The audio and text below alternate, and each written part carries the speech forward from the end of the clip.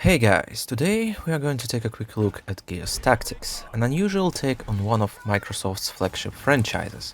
Unlike the mainline games in the Gears of War series, this spin-off offers you a completely different experience. As you've probably noticed, it's a turn-based strategy game that is clearly inspired by the XCOM series, but surprisingly, Gears Tactics doesn't feel like a low-effort cash grab and actually offers some interesting ideas to the familiar gameplay formula. Developers did an impressive job in translating core elements of the Gears franchise into turn-based gameplay. First of all, executions are still there, and they've become more important than ever. By executing the enemy, your whole squad gets an extra action point. Those action points are used by your soldiers to move around the level, shoot the enemies, and do other stuff. So basically, you can extend your turn as long as your squad do executions, which makes Gears Tactics a lot more fast-paced and aggressive than the usual turn-based experience. Another important difference compared to XCOM is how the Overwatch system is working in this game. In Gears Tactics, units can do reaction fire only in one direction, and can do more shots depending on how many action points they had before entering the Overwatch mode. It's an extremely powerful tool in combat, but your enemies are constantly trying to pin down your soldiers as well. Thankfully, Overwatch focus zones are always visible, and that allows you to plan your next move and interrupt the opponent before he reacts. There is a lot of other small gameplay details that adds more depth to the tactical layer, and enemies' AI is smart even on the difficulty that is recommended for your first playthrough. Though, just like in XCOM, hit chances can occasionally mess up things for you, and considering that Gears Tactics saves progress only at the checkpoints, you won't be able to rely on the saves coming too much. Bunch of horseshit. Between missions, you can customize your squad and unlock new skills for them. You can give your soldiers weapons and armor with several bonus stats, and modify their appearance with different hairstyles and accessories. The new gear is given as a random reward for completing missions and looting chests that you can find on the levels. Even though this looks like a typical scheme for loot boxes galore, you shouldn't worry about that because there is no microtransactions in this game, and all cosmetics are available right from the start. Every type of specialist has its own skill tree with a lot of active and passive abilities that you can unlock by leveling up.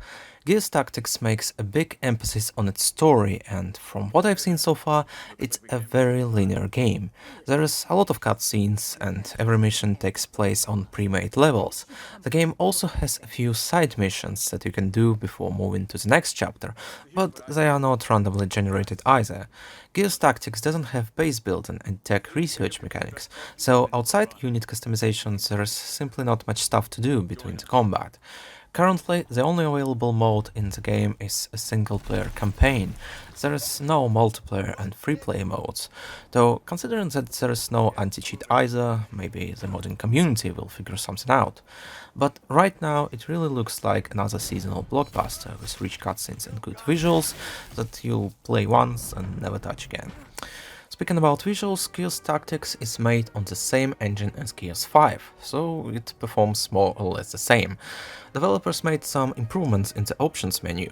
For example, now the game not just tells you how each setting affects the performance, but also shows you the difference between all quality options.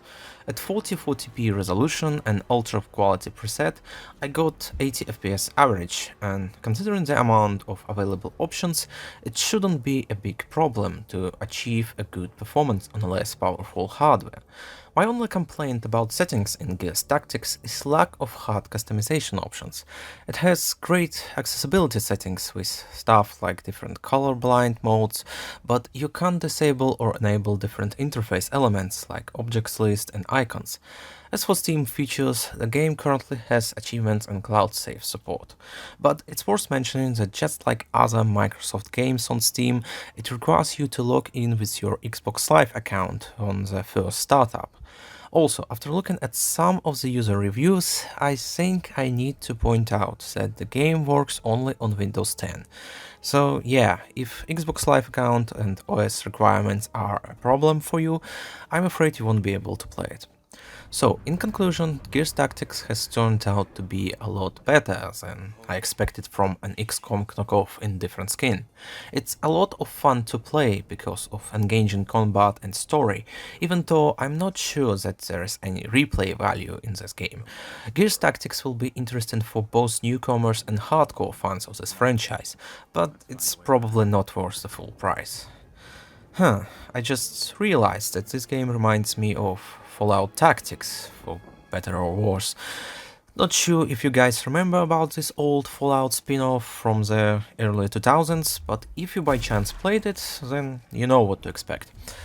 Anyway, if you don't mind a more linear turn-based experience with almost no random content, then sure, go for it. But for everyone else, it might be a better idea to wait for the sale or get this game through the Xbox Game Pass if you don't care about Steam features.